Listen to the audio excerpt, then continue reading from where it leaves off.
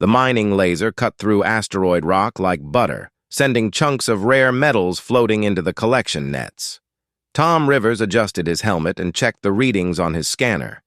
Everything looked normal to anyone watching, but Tom wasn't just any miner. He was one of the few humans working this far from Earth, and nobody suspected a thing.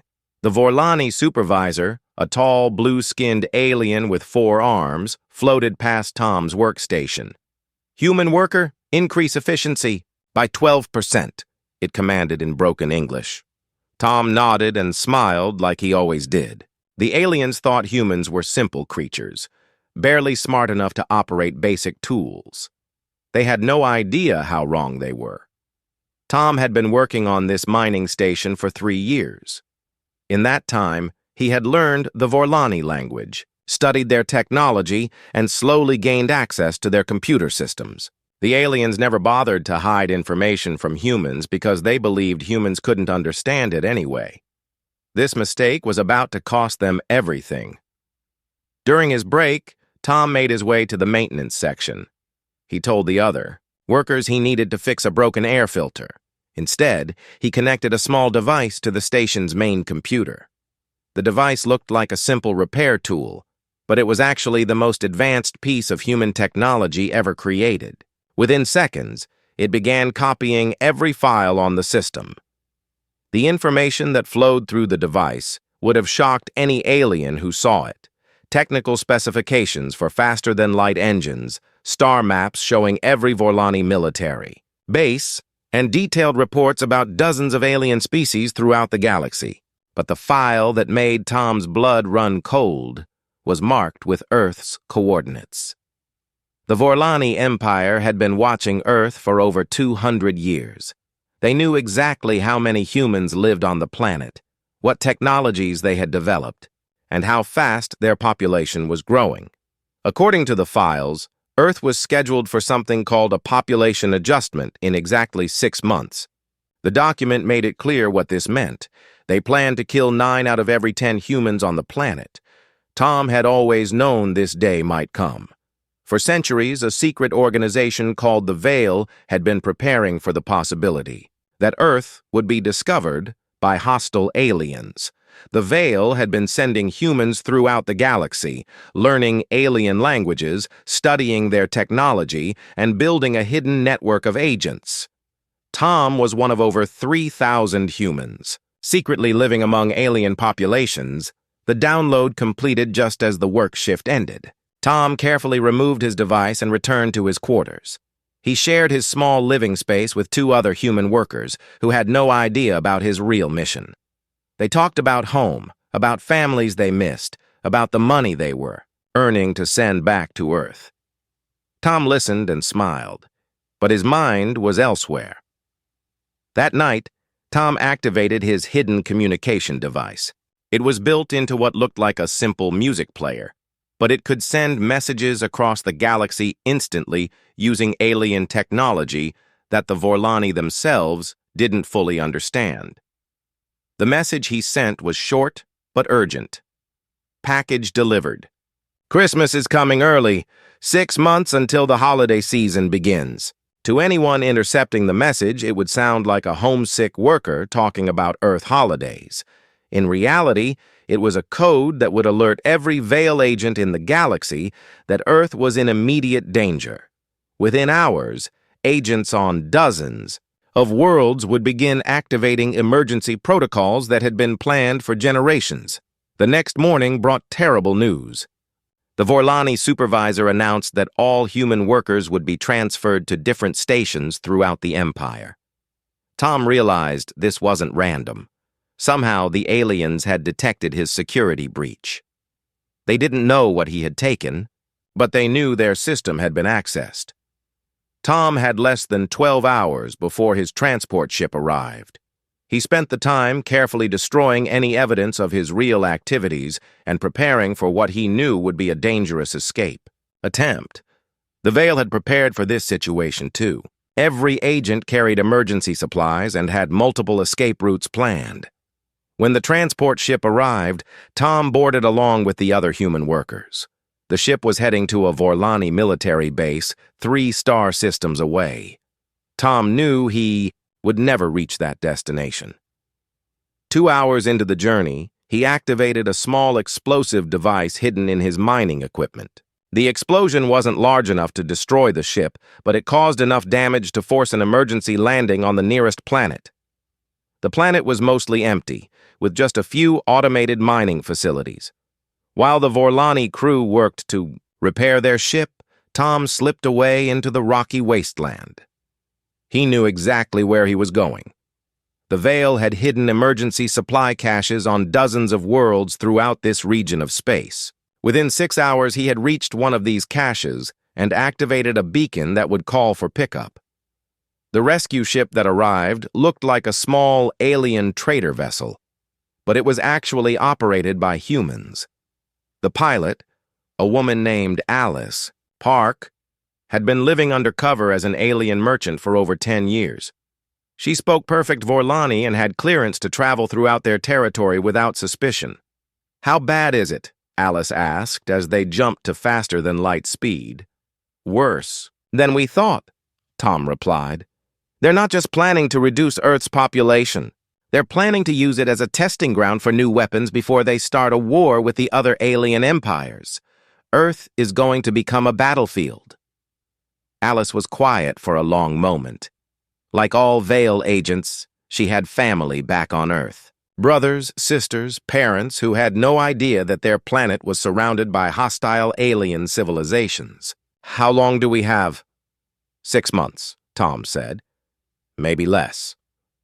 As their ship raced toward the secret Veil base hidden in the empty space between galaxies, both agents knew that everything was about to change. For over 2 centuries, humanity had been hiding in the shadows, learning and growing stronger. Now that time was over. The whisper of humanity's presence in the galaxy was about to become something much louder. The survival of Earth, and possibly every other world in the galaxy, would depend on whether humanity was ready to step out of the shadows and fight for their right to exist. The aliens had made one crucial mistake. They thought humans were weak because they had been quiet. They were about to learn the difference between silence and patience. Deep beneath the ice of Antarctica, where no satellite could detect their heat signatures and no alien probe could penetrate the natural electromagnetic interference, the Veil's central command buzzed with quiet activity. Dr. Anna Wells walked slowly through the corridors she had helped design over 50 years ago. At 83 years old, she moved with the careful precision of someone whose body had been enhanced by alien medical technology, but whose mind remained as sharp as ever. The main briefing room had been carved directly from the bedrock, its walls lined with displays showing real-time information from every corner of the galaxy. Representatives from Veil cells across dozens of star systems sat around a circular table, their faces illuminated by the soft blue glow of holographic projectors. These were humans who had spent decades living as aliens, learning their languages, adopting their customs, and slowly working their way into positions of influence. "The situation is worse than we initially believed," Dr. Wells began, her voice carrying the weight of someone who had dedicated her entire life to preparing for this moment. "Tom's intelligence from the Vorlani mining station confirms that Earth is not their only target. They're coordinating with the Nethran Collective and the Bruthan Horde for what they're calling the Great Cleansing." Captain Roy Nash leaned forward. He had spent the last 15 years commanding a secret human fleet built in the vast emptiness between galaxies, where no alien sensors could detect them. His ships were smaller than the massive dreadnoughts favored by the alien empires, but they were faster and more maneuverable. More importantly, they combined technology from all 3 alien civilizations in ways that none of the aliens had ever imagined possible. "Our fleet is ready," Roy reported. 47 ships, each one capable of outrunning anything the aliens have. We've been testing their capabilities against captured alien vessels, and the results are promising. But we're still outnumbered 1,000 to 1. Dr. Beth Kane, the chief of research, activated a holographic display showing a complex diagram of brain patterns. "That's where our real advantage comes in," she said. "We've finally figured out why human neural patterns are so different from every known alien species. It's not because we're primitive, it's because we evolved completely outside their system." The hologram shifted to show comparative brain scans from dozens of different species. Every alien race in the galaxy has the same basic neural architecture, with minor variations. They all process information the same way, think the same way, and most importantly, they can all be controlled by Nethran psychic manipulation. Humans are the only exception. Lisa Torres, who had been working undercover within the Nethran Collective for 8 years, nodded grimly. "I can confirm that. The Nethrans have been trying to map human consciousness for decades. They can't understand why their telepathic abilities don't work on us. They've classified humans as psychically null, basically invisible to their mental probes." This invisibility had been humanity's greatest asset. While the aliens could read each other's minds and predict each other's strategies, humans remained completely opaque to them. It was like playing chess against opponents who could see each other's pieces but couldn't see yours. "There's something else," Lisa continued. "I've been monitoring Nethran communications, and they're detecting gaps in the psychic landscape, empty spaces where minds should be visible. They know something is wrong, but they haven't figured out what yet. We have maybe 2 months before they realize these gaps represent human agents." The room fell silent as the implications sank in. 2 centuries of careful infiltration and preparation were about to be exposed. But Dr. Wells had been planning for this possibility since the beginning. "We always knew this day would come," she said calmly. "The question is whether we're ready to step out of the shadows. Roy, what's the status of Operation Prometheus?" Roy smiled for the first time during the meeting. "All preparations are complete. We have assets in position at 17 key locations across Vorlani, Nethran, and Bruthen space. When we activate the operation, it will look like random equipment failures and accidents. The aliens will never suspect coordinated sabotage. And the Coalition?" Dr. Wells asked. Agent Paul Kim, who had spent 12 years working his way into a position within the Nethran government, answered. "We've made contact with representatives from 43 oppressed species. They're all eager for a chance to break free from the big 3 empires, but they need to see proof that resistance is possible." This was perhaps the most important part of the Veil's strategy. Humanity couldn't fight the alien empires alone, but they didn't have to.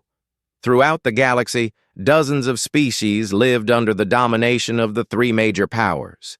These smaller civilizations had been subjugated for so long that they had forgotten what freedom looked like. Humanity's job was to remind them. Dr. Kane activated another display, this one showing technological schematics that would have amazed any alien scientist. "We've made a breakthrough that changes everything. By studying captured alien technology, for over 200 years, we've discovered that all 3 major civilizations share common technological roots. Their computers, their weapons, their ships, they're all based on the same fundamental principles." "Which means," Dr. Wells prompted, "which means that any virus or backdoor we create for one system will work on all of them. We've been quietly inserting human code into every piece of alien technology we've ever worked on. Every repair, every maintenance cycle, every system upgrade has included hidden subroutines that we can activate remotely." The room erupted in excited murmurs. This was what the Veil had been working toward for generations. The ability to turn the aliens' own technology against them. "How many systems are compromised?" Roy asked. "Conservative estimate?"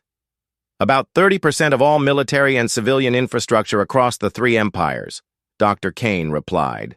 "When we activate these back doors, their own computers will work for us instead of them."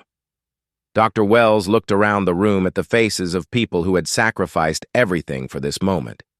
They had given up normal lives, families, and homes to live among aliens and prepare for a war that might never come. Now that war was inevitable, and everything depended on whether humanity had prepared well enough. Tom's intelligence gives us 6 months before they attack Earth, she said. But we're not going to wait for them to make the first move. Lisa, activate all sleeper agents. Paul, begin distributing weapons and technology to our alien allies. Roy, prepare the fleet for immediate deployment. Beth, I want those back doors ready to activate on my command. And if we fail? Someone asked quietly. Dr. Wells was quiet for a moment, thinking about the billions of humans on Earth who had no idea their planet was about to become a battlefield. Then we make sure our failure costs them everything. The aliens think they can eliminate humanity quietly and continue their war games. We're going to show them that attacking Earth means fighting every oppressed species in the galaxy. As the meeting broke up and agents began returning to their posts throughout the galaxy, Dr. Wells remained behind, staring at the star map that showed the locations of every Veil operation. For over 2 centuries, humanity had been preparing for this war.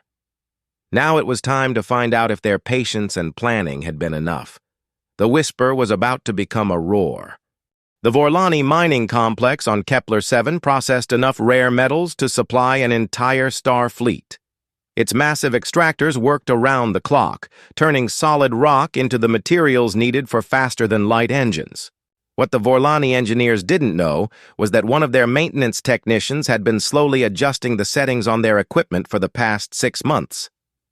Mike Santos finished his routine inspection of the primary extractor and smiled.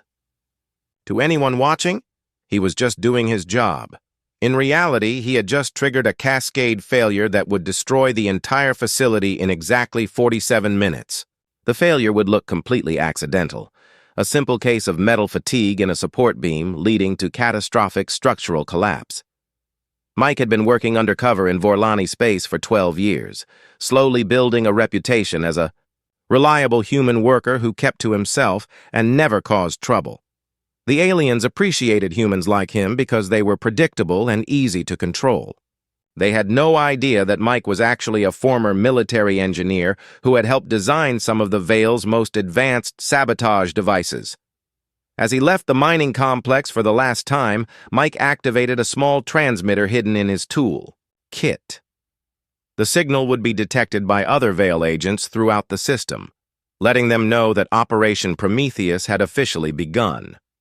Within hours, similar accidents would occur at 16 other locations across the galaxy. 3-star. Systems away, Agent Linda Webb was having a very different kind of day. She had spent 8 years working her way up through the ranks of the Nethran Collective's communication network, and today, she finally had access to their central relay station. The Nethrans relied on their psychic abilities to communicate across vast distances, but they still needed technological amplifiers to reach other star systems. Linda entered her authorization codes and began what appeared to be routine maintenance on the relay's power systems. In reality, she was installing a virus that would gradually degrade the system's efficiency over the next several weeks. By the time the Nethrans noticed the problem, their entire communication network would be operating at less than 30% capacity. The beauty of Linda's sabotage was its subtlety. The Nethrans would assume the problem was caused by solar radiation or cosmic interference, natural phenomena that occasionally disrupted psychic communications.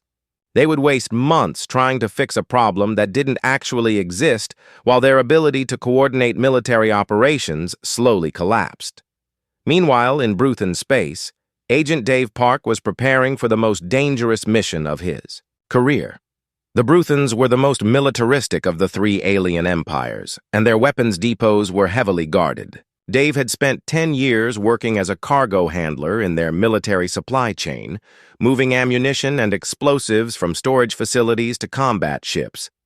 Dave knew the guard rotations, the security protocols, and most importantly, he knew which containers held the most unstable explosive compounds. Tonight, he would trigger a chain reaction that would destroy enough Bruthen weapons to cripple their offensive capabilities for months. The explosion would be so massive that investigators would assume it was caused by improper storage procedures, rather than sabotage. But Operation Prometheus wasn't just about destroying alien infrastructure. The real goal was to make the three empires suspect each other, rather than looking for outside interference. This required a much more sophisticated approach than simple sabotage. Commander Tom Nash, Roy's younger brother, commanded a small Veil strike team aboard a ship disguised as a Nethran patrol vessel. They had spent months modifying the ship to match Nethran specifications, and their crew could speak the aliens' language fluently. To any observer, they appeared to be a legitimate Nethran military unit. Tom's target was a Vorlani supply convoy, carrying weapons to their forward bases. The attack had to look like a Nethran ambush, complete with the energy signatures and tactical patterns typical of Nethran military operations. Tom's team had studied hundreds of hours of combat recordings to perfect their technique. The attack lasted less than 10 minutes. Tom's ships struck fast and hard, destroying 2 cargo vessels and damaging a third before retreating into hyperspace. They left behind evidence that would clearly point to Nethran involvement, energy weapon residue that matched Nethran technology, communications intercepts suggesting Nethran knowledge of the convoy's route, and wreckage from what appeared to be Nethran fighter craft.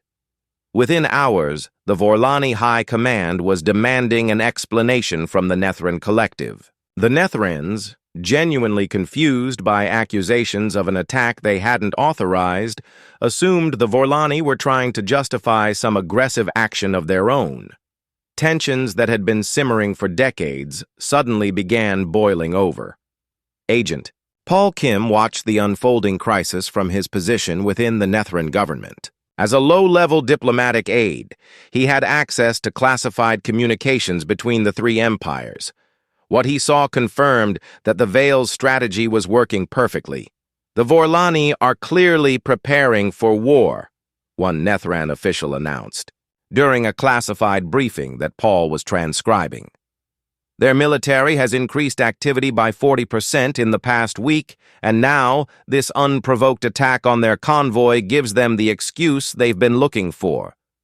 But we didn't attack their convoy, another official protested. Of course we didn't, but they don't know that, and the Bruthans will assume we're forming an alliance with the Vorlani against them. Paul carefully recorded every word while maintaining his expression of bored competence. The aliens' paranoia was doing most of the Veil's work for them. All they had to do was provide a few strategic nudges to push the three empires toward open conflict. The third phase of Operation Prometheus required even more precision. Agent Rachel Stone had infiltrated a Bruthan intelligence facility where she worked as a data analyst. Her job was to process information about potential threats to Bruthan security. What her supervisors didn't know was that she was subtly modifying their intelligence reports to make the other empires appear more threatening than they actually were. A routine report about Vorlani troop movements became evidence of a massive military buildup. Casual diplomatic correspondence between Nethran officials was reinterpreted as coded messages about secret alliance negotiations. Every piece of information that crossed Rachel's desk was slightly altered to increase Bruthan's suspicions about their rivals' intentions. The results were immediate and dramatic. Within days, all three empires began mobilizing their fleets and recalling their diplomats. Trade agreements were suspended and border patrols were increased. The galaxy teetered on the edge of a war that would have happened eventually anyway. But now it was happening according to humanity's timetable. But not everything went according to plan. Agent Sam Chen, working undercover at a Vorlani research station, discovered that the aliens were closer to detecting human infiltration than the Veil had realized. The station's computers contained files about anomalous behavioral patterns among human workers throughout Vorlani space. The subjects display unusual competence with alien technology, one report noted. They learn languages faster than expected and show problem-solving abilities that exceed normal parameters for their species. Recommend increased surveillance of human workers in sensitive positions. Sam realized that the Veil's agents had been too successful at their jobs. By excelling at their cover identities, they had attracted exactly the kind of attention they had been trying to avoid. He immediately began transmitting warnings to other agents, but he knew it might already be too late. The final piece of Operation Prometheus fell into place when the three alien empires began blaming each other for the mysterious equipment failures and accidents that had been occurring throughout their territories. The Vorlani accused the Nethrans of psychic sabotage. The Nethrans blamed the Bruthans for crude terrorist attacks. The Bruthans insisted that both of their rivals were working together against them. None of them suspected that a species they considered primitive and harmless could be responsible for such sophisticated operations. This blind spot was humanity's greatest advantage, but Dr. Wells knew it wouldn't last much longer. Soon, the aliens would realize that something else was stirring in the shadows. As reports of successful sabotage operations flooded into the Veil's command center, Dr. Wells allowed herself a moment of satisfaction. Phase 1 was complete. The three alien empires were now focused on fighting each other instead of planning Earth's destruction. But this was just the beginning. The whisper of humanity's presence in the galaxy was getting louder. Admiral Kate Morrison floated in the command center of the Veil flagship Defiance, watching holographic displays that showed the galaxy tearing itself apart. 3 months had passed since Operation Prometheus began, and the war between the alien empires was escalating beyond anything the Veil had anticipated.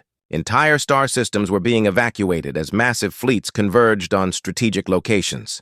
"Admiral, we have a problem," reported Lieutenant James Park from the communications station. "Our agents in Vorlani space are reporting increased security sweeps. They're specifically looking for humans who demonstrate above-average technical skills." Kate frowned as she studied the incoming reports. The Veil's greatest strength had always been invisibility, but their recent successes were making them harder to hide. Human agents who had spent years building reputations as reliable workers were now being investigated simply for being too good at their jobs.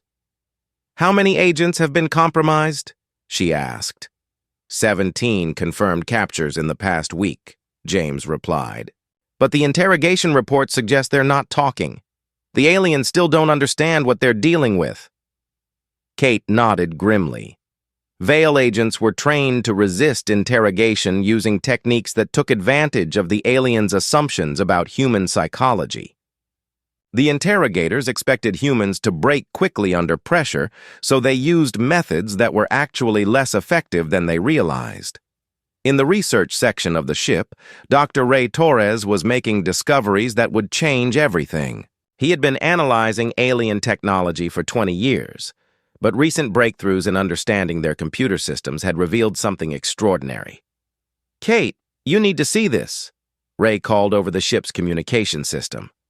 "I've found something that explains why the three empires have been able to maintain control over the galaxy for so long."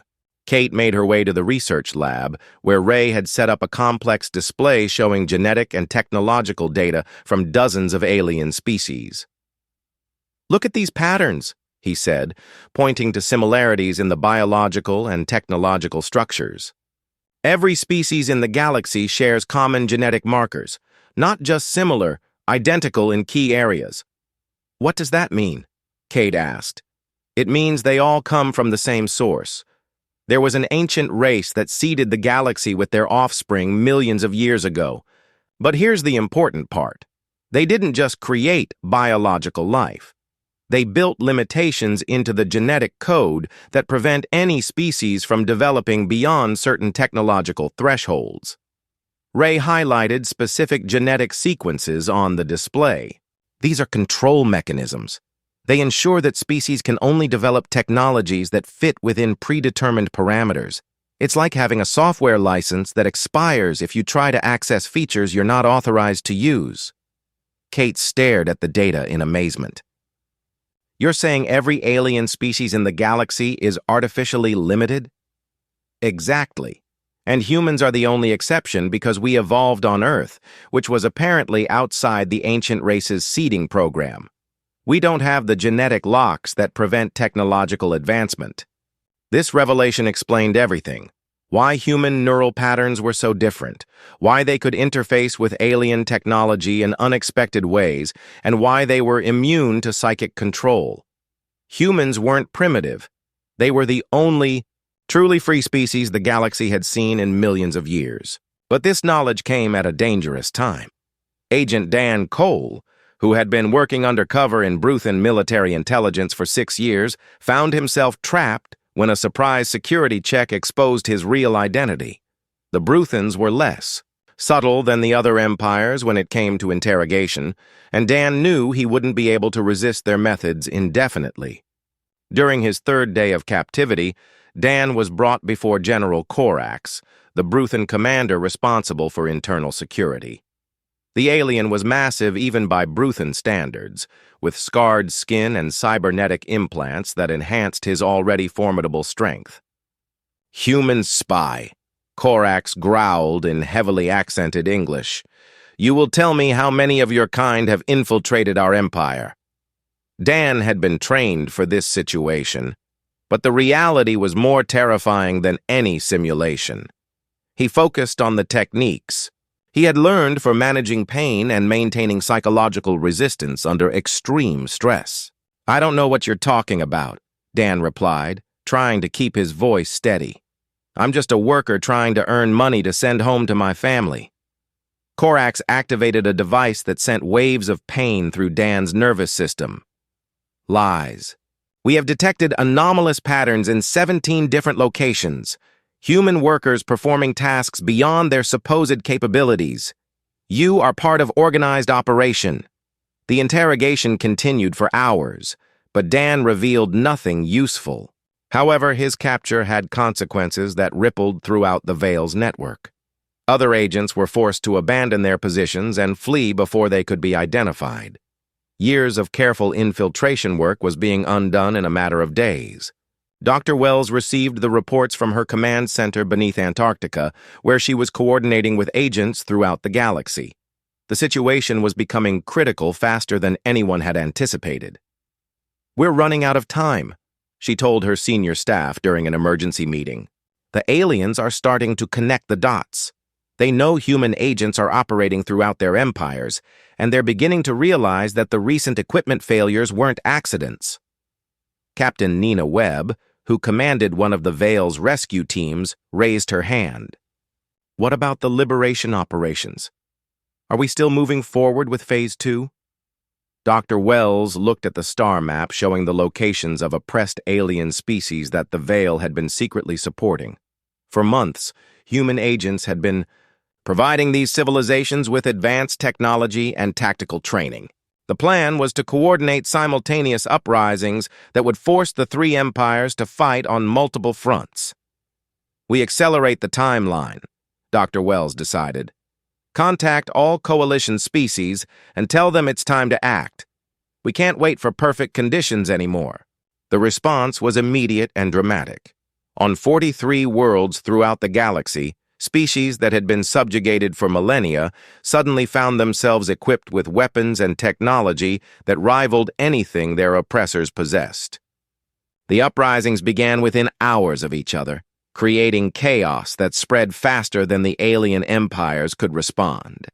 On Proxima 4, the insectoid Centauri used human-provided shield generators to protect their cities from Vorlani bombardment, while launching their own attacks against alien military bases. In the Sagittarius sector, the aquatic titles destroyed Nethran psychic amplifiers using sonic weapons that humans had helped them develop from their natural echolocation abilities.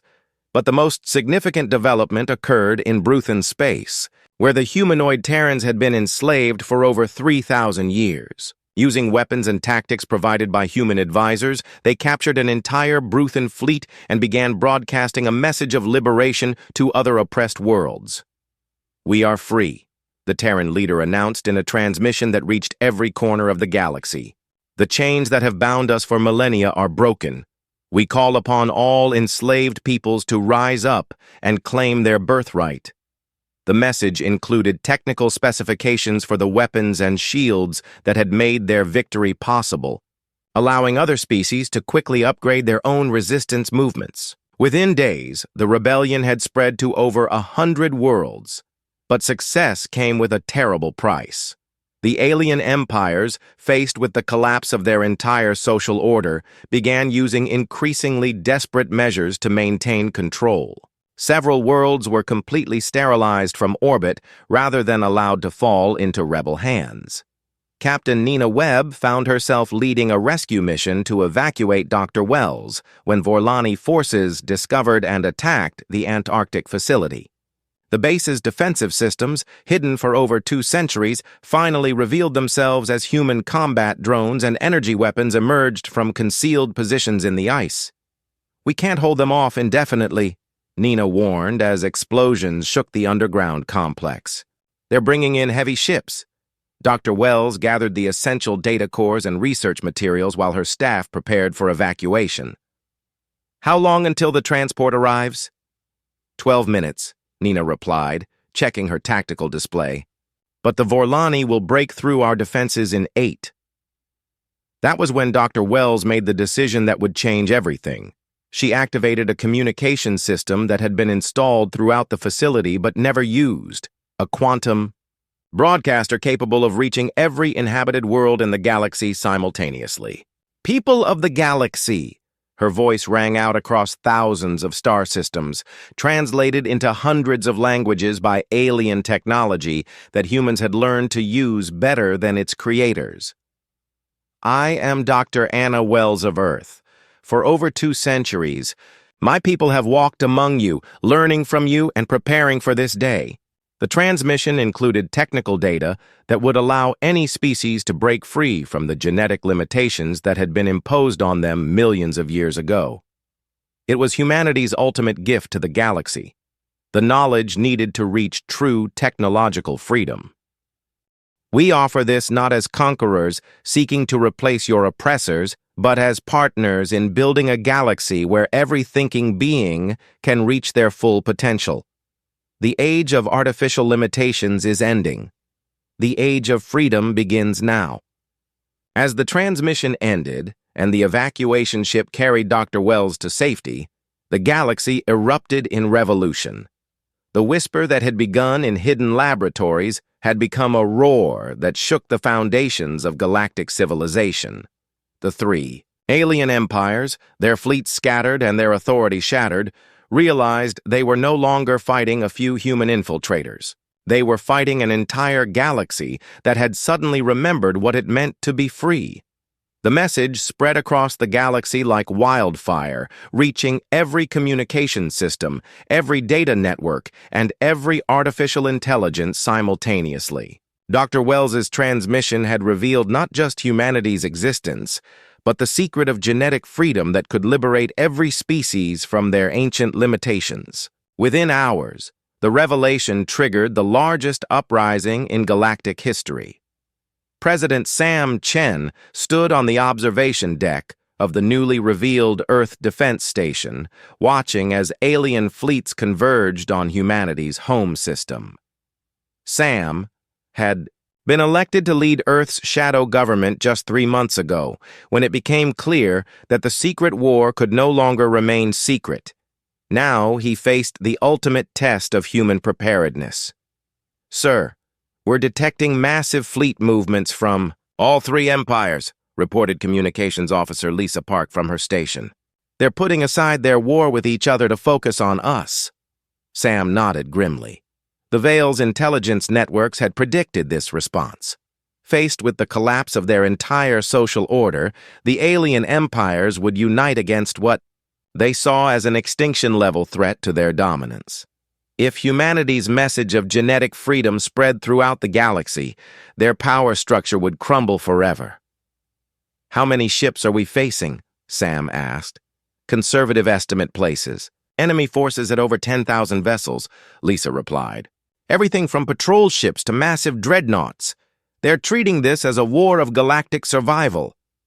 But humanity wasn't facing this threat alone. Admiral Morrison's hidden fleet had grown to nearly 200 ships, each one designed using the best technology from all three alien civilizations. More importantly, the liberation of oppressed species throughout the galaxy had created a coalition of allies that none of the empires had expected. Admiral Morrison reports successful contact with rebel forces in 12 sectors, Lisa continued. The Centauri are providing swarm fighters. The Tidals are offering their stealth technology. The Terrans have captured enough Bruthan equipment to field a full battle fleet. Sam allowed himself a moment of pride. For over 2 centuries, humanity had been preparing for this confrontation. They had studied their enemies, learned their weaknesses, and built alliances with species that the empires had dismissed as irrelevant. Now all of that preparation would be put to the ultimate test. But the real battle wasn't being fought with ships and weapons. In hidden facilities throughout the galaxy, human technicians were activating the backdoors and viruses that had been planted in alien systems over decades of careful infiltration. Commander Torres led the Cyber Warfare Division from a command ship positioned just outside Earth's solar system. Initiating Protocol 7, Torres announced as his team began the largest coordinated cyber attack in history. All embedded systems are responding. We have control of 37% of alien infrastructure across all 3 empires. The results were immediate and devastating. Vorlani warships found their navigation systems, redirecting them into asteroid fields. Nethran communication networks began broadcasting rebel propaganda instead of military orders. Bruthan weapons platforms turned their guns on their own bases. The aliens' technological superiority had become their greatest weakness. But the 3 empires had one final card to play. Deep in the galactic core, ancient automated systems that had been dormant for millions of years suddenly came online. These were the fail-safes left behind by the race that had originally seeded the galaxy with controlled species. If they couldn't maintain control through their genetic limitations, they would reduce the entire galaxy to its primitive state. Dr. Wells, now aboard the Vale command ship Horizon, watched in horror as the readings came in. They're activating a galactic reset protocol, she told President Chen during an emergency conference call. If we can't stop it, every technological civilization in the galaxy will be reduced to pre-industrial levels. How long do we have? Sam asked. 6 hours until the pulse reaches the outer rim. 12 hours until it hits Earth. The ancient systems were located in a region of space that no modern civilization had ever successfully explored. The gravitational forces near the galactic core made normal faster-than-light travel impossible, and the radiation levels would kill most known life forms within minutes. But humans had advantages that the aliens lacked. "I'm going," announced Captain Roy Nash from his position commanding the Vale's fastest ship. The Phoenix was designed to operate in extreme environments. If anyone can reach the core systems, it's us. "It's a suicide mission," Dr. Wells protested. "Even if you reach the target, you'll never make it back out." "Maybe not," Roy admitted. "But if we don't try, everyone dies anyway." The Phoenix launched with a crew of 12 volunteers, carrying the most advanced technology humanity had ever developed. Their ship could survive radiation that would instantly kill any alien vessel, and their genetic immunity to the control systems meant they could potentially override the ancient programming. Meanwhile, the battle for Earth reached its climax as the combined alien fleets entered the solar system. But they found a very different Earth than they had expected. The planet was surrounded by defensive stations that had been hidden for decades, protected by shield generators based on technology from all 3 alien civilizations. Admiral Morrison commanded the human fleet from her flagship Liberty, coordinating with rebel forces throughout the galaxy. "All ships, this is Morrison. Remember, we're not just fighting for Earth, we're fighting for the right of every species in the galaxy to determine their own destiny."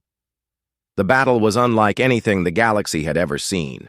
Human ships, smaller and more agile than their alien counterparts, used hit-and-run tactics that had been perfected through decades of study. They struck at weak points in alien formations, then disappeared before their enemies could respond effectively.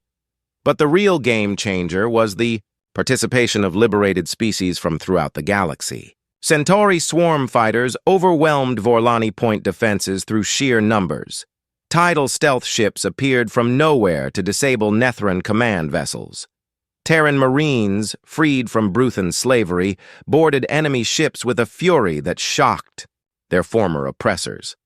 "The aliens are retreating from 7 sectors," reported Communications Officer Park. "Rebel forces are reporting victory after victory.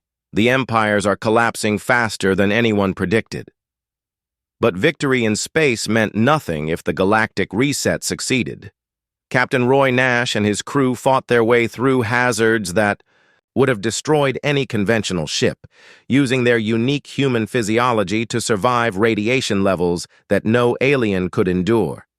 "We're approaching the core systems," Roy reported as the Phoenix navigated through a maze of ancient machinery that stretched for thousands of kilometers. These structures are older than any civilization in the galaxy. It's like looking at the skeleton of creation itself. The ancient control center was a massive sphere of crystalline material that pulsed with energy patterns beyond human comprehension. But the humans had one crucial advantage. Their neural patterns were completely outside the system's original programming. To the ancient machines, humans simply didn't exist. "Beginning override sequence," announced Dr. Sarah Kim, the team's technical specialist. "The system is trying to identify our genetic markers, but we're not in its database. It literally doesn't know how to respond to us." Working frantically as the galactic pulse continued to spread, the Phoenix crew began dismantling the control systems that had kept the galaxy in artificial stagnation for millions of years. Each barrier they removed freed another species from their genetic limitations. "Override complete," Sarah finally announced. "The reset pulse is dissipating. All genetic control systems are shutting down permanently." The effect was immediate and galaxy-wide. Species that had been locked into technological stagnation for millennia suddenly found themselves capable of innovations they had never imagined possible. The Centauri developed new forms of biotechnology in minutes. The Tidals began creating underwater cities that defied conventional physics. Every species in the galaxy began reaching toward their true potential. Back at Earth, the remnants of the alien fleets found themselves facing an impossible situation. Their own technology was turning against them, their subjugated populations were in full revolt, and their entire civilization was crumbling around them. But humanity offered something the aliens had never experienced: mercy. "This is President Chen of Earth," Sam broadcast to the retreating alien fleets. "We offer you the same choice we offer every species in the galaxy: freedom to grow beyond your limitations or continued slavery to a system that no longer exists. The choice is yours." Some alien commanders chose to continue fighting, but most recognized that their old order was finished. The 3 empires that had dominated the galaxy for millennia dissolved into dozens of smaller civilizations, each one free to pursue its own path without artificial constraints. Dr. Wells stood in the observation lounge of her ship, watching, as representatives from hundreds of species gathered for the first Galactic Council of Free Worlds. The meeting would establish principles for a new kind of galactic civilization, one based on cooperation rather than domination. "We did it," she said quietly to Admiral Morrison, who had joined her at the viewing port. "Humanity rose from hiding and changed everything." "Not just humanity," Morrison replied, gesturing toward the diverse gathering of alien species. "Everyone rose. We just showed them it was possible." The galaxy would face new challenges as species learned to use their newfound freedom responsibly. Some would make mistakes, others would achieve wonders beyond imagination. But for the first time in millions of years, every thinking being in the galaxy had the right to reach for the stars and see how far they could go. The whisper that had begun in hidden laboratories on Earth had become a war cry that echoed across every world. Freedom is the birthright of every thinking being, and no one has the right to steal it. Humanity had risen in secret, but they would build the future in the light for all to see.